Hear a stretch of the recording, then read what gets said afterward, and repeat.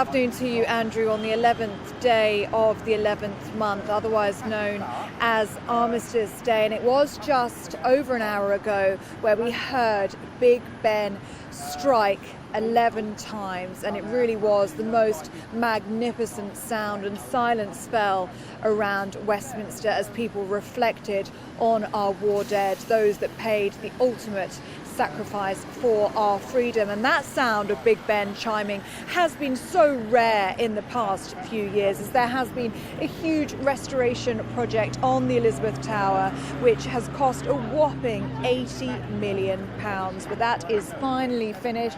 They have been rehearsing since Tuesday to get that sound perfect for today, and at 11 a.m.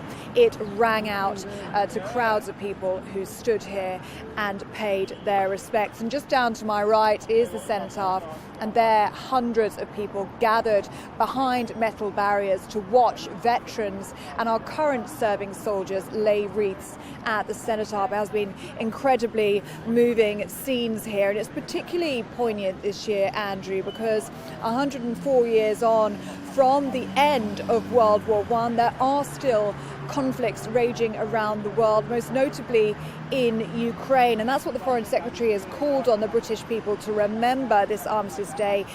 James Cleverly said he wants us to remember Ukraine's fight for freedom. Now, he will be at an Armistice Day service in Paris today with Emmanuel Macron, and there will be services all around the country and indeed the world. It's also the first Armistice Day without Her Majesty, the Queen, the head of the armed forces. And for so many veterans, I'm sure in that 2-minute silence, they were thinking of Her Majesty, and they must feel as if it's been a very personal loss for them as well.